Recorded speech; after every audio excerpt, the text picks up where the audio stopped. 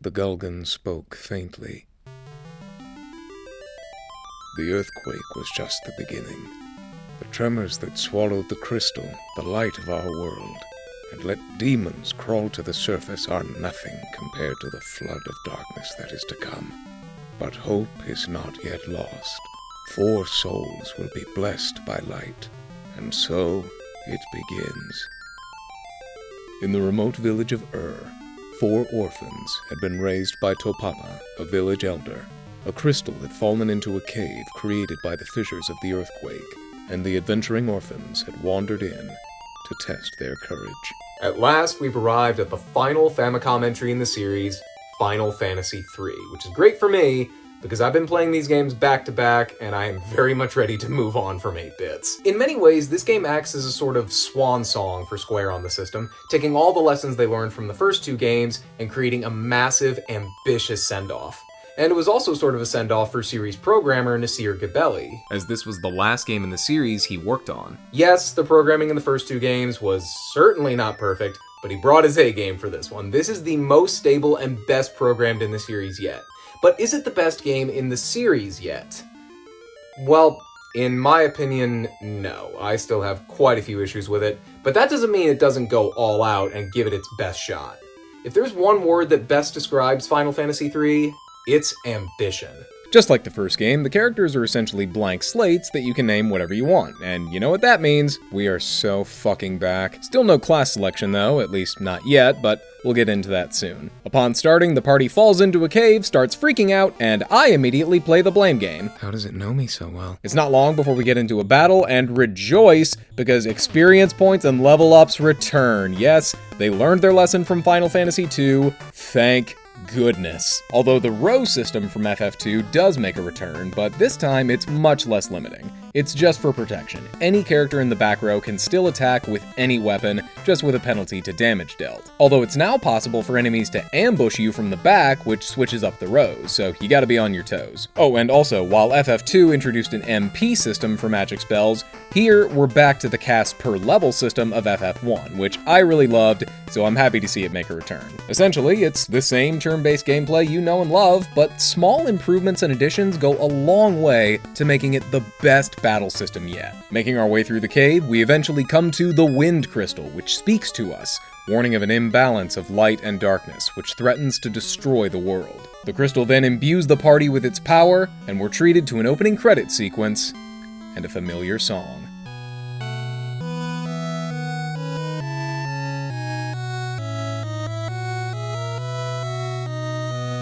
There is just something about that song that stirs emotions in me, especially after it was not featured at all in Final Fantasy II, if you can believe that. This track returning, along with the traditional level-up system and a story about reviving elemental crystals again, makes it strangely seem like a celebration of the things that make Final Fantasy so special, even though it's only the 3rd game. Maybe it was just that FF2 was that poorly received, they wanted to ease people's anxieties, but either way, it's a great introduction, whether you've played the other games or not. This is a super strong start to the game.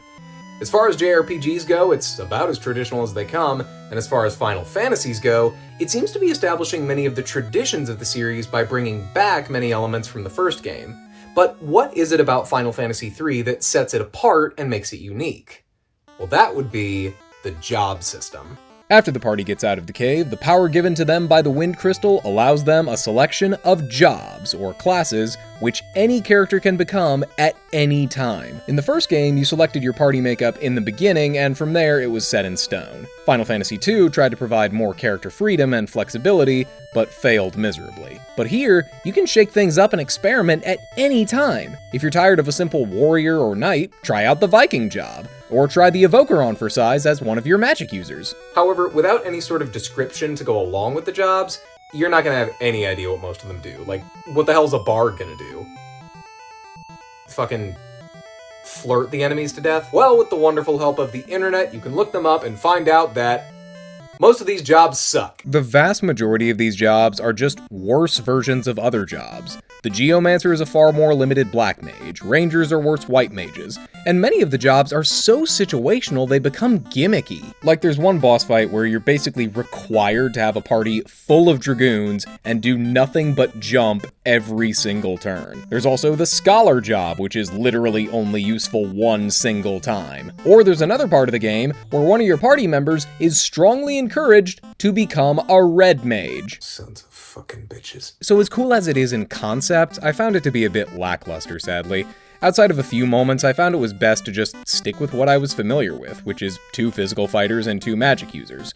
Which is fine, but look at all these jobs just wasting away. Now, some jobs are clear upgrades over others, like Warrior to Knight and eventually Magic Knight, so you'll occasionally have that line to follow, but overall, I wish there was a bit more freedom in this system. It's still fun to play, though. Progression is usually very smooth, I'd say the difficulty is pretty much perfectly balanced, and it's constantly throwing new ideas and gimmicks at you. Though that's not always a good thing, of course, but you can't say it doesn't try to innovate. As I said, this game is incredibly ambitious, one of the most ambitious on the NES, and that's immediately apparent when you see the open world for the game. If you look at a map of your starting area, you'll probably be confused as it's quite small, but once you get an airship, you find out that you're actually on a floating island that's just a tiny part of the absolutely massive overworld. And it gets even larger when you get the Nautilus ship, which allows you to go underwater. There's so much stuff here, so many areas to explore, things to find, and almost zero sense of direction in some places, so either take careful notes or play with a guide. You're probably going to need at least a map when you first get off the floating island, because before you find the water crystal, the world looks like this. Yeah, have fun exploring this. Anyway, I feel like I've already covered the bulk of the game as a game, which to me is a lot of really, really good ideas, often accompanied by some detractors. But it's entirely possible that you could play this game and not share any of my issues with it, and I would understand that. In my opinion, the game is both good and bad, but it is mostly good. You will likely enjoy going through it, and you'll definitely enjoy seeing all of the true love that was poured into it. As I said, a lot of elements return here that seem to establish tradition, like a story centering around reviving elemental crystals, though it was orbs in the first game. It's not long before you encounter this game's Cid and a princess named Sarah, just like in the first game. You get tons of different airships, the sprites are familiar, and man, I was just so happy to be a black mage again. The entire visual presentation here is just delightful, and it's still similar to the previous 2 games, of course, but small improvements go a long way to provide more charm and character to every facet of the world. These improvements also extend to the menus and UI, where before you had to bust out a whole ass chart just to see what classes could equip which weapons and items. Here, it's as simple as putting an X next to unequipable items. And when you're shopping for equipment, if a certain item can be used by one of your party's current jobs, that character will do their victory animation to let you know they can use it. There's also a brilliant way to denote white and black magic spells that's so simple but so appreciated. White magic spells have white circles next to them, and black magic spells have black circles next to them. Absolutely flawless. Oh, and also you may notice some gray circles in the game, and those are for summons. Summons first appeared in this game, cool fact. I also think the writing in this game is the sharpest it's been thus far. Maybe it was the translation I was using, but all of the character dialogue and lore was very well done. There's even quite a few comedic moments here, like when you get back to your home village in the beginning and a friendly NPC asks, "Y'all okay?" There's also these 4 old guys later in the game who think they're the Warriors of Light, and someone just mentions them, and they just show up, and they're like, "Yeah," and then they leave, like what? I also have to once again highlight the music, because my god, this is Nobuo Uematsu's best work yet, hands down. Me being me, I tend to gravitate towards the more calming and melancholic tracks, so I have to shout out the theme of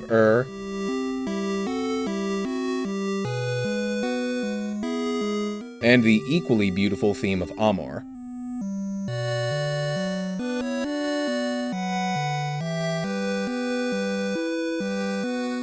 But really, just about every track here is great. The battle theme has a lot more percussion this time around.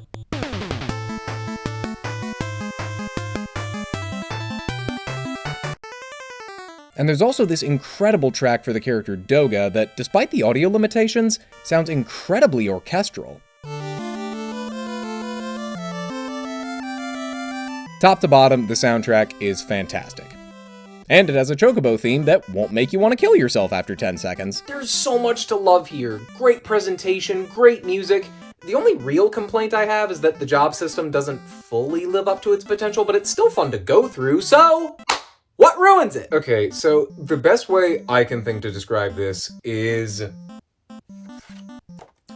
You ever play Bravely Default? You know how this game is really, really good for like the first 2/3, but it just gets more annoying and repetitive the longer it goes on? That's kind of exactly how I feel about Final Fantasy III. I enjoyed my time with it for the most part, but the longer it went on, the more tired I got. Now, was that more because the game actually got less interesting as it continued, or because I was burnt out after playing 3 of these games in a row? Yes, but regardless of that, I don't think anyone would deny the dip in quality that comes when you reach the end of the game. Throughout the story, you constantly hear about the main villain, Xand, who seeks to fill the world with darkness to get revenge on his mentor who took away his immortality. The road leading up to him is fine, if a little long in the tooth, but once you reach the final dungeon, woof. Just like Final Fantasy II, you have to go through 2 dungeons in a row without the ability to save between them, but this time, there's also another 3rd dungeon underneath the dungeon that is optional in the sense that it's not optional at all. You need to go through this dungeon in order to get the 2 best jobs in the game. The Ninja, which can equip any weapon and armor piece, and the Sage, which can use any spell. I guess it's possible to beat the game without these jobs, but it would certainly be a hell of a lot harder. But even so, the fight against Xand isn't hard. It's what comes after, the real final boss of the game, Cloud of Darkness, that provides the most pain.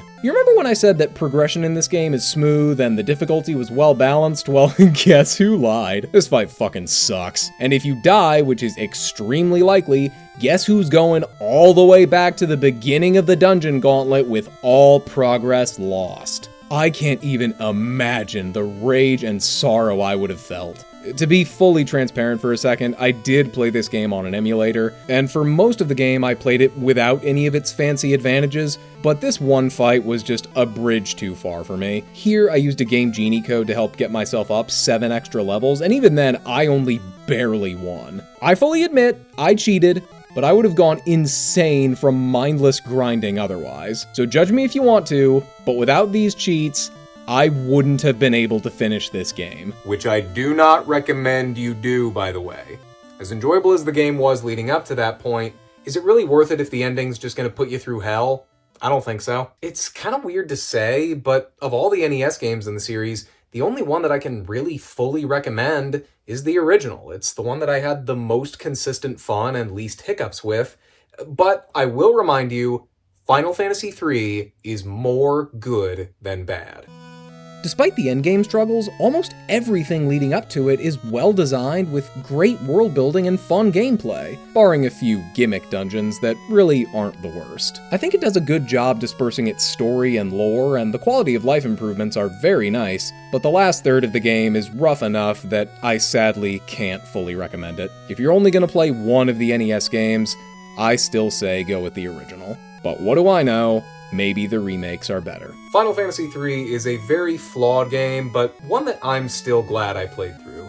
Seeing the progression of this series on its platform of origin was a really fun exercise in seeing how much you can do with limited hardware. I'm very interested to see how things improve from here, but if you're wanting a Final Fantasy IV video as soon as possible, I hope you'll be okay waiting a bit longer because I require a break after playing 3 JRPGs back to back to back. But don't worry, you're not going to be waiting forever, and I can tell you that for sure because last month it was my birthday, and you know what Zoe sent me as a gift?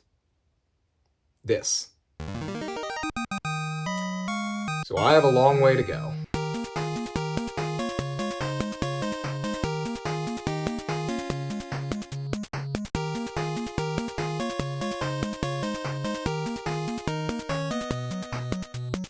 Oh, also Moogles are in this game.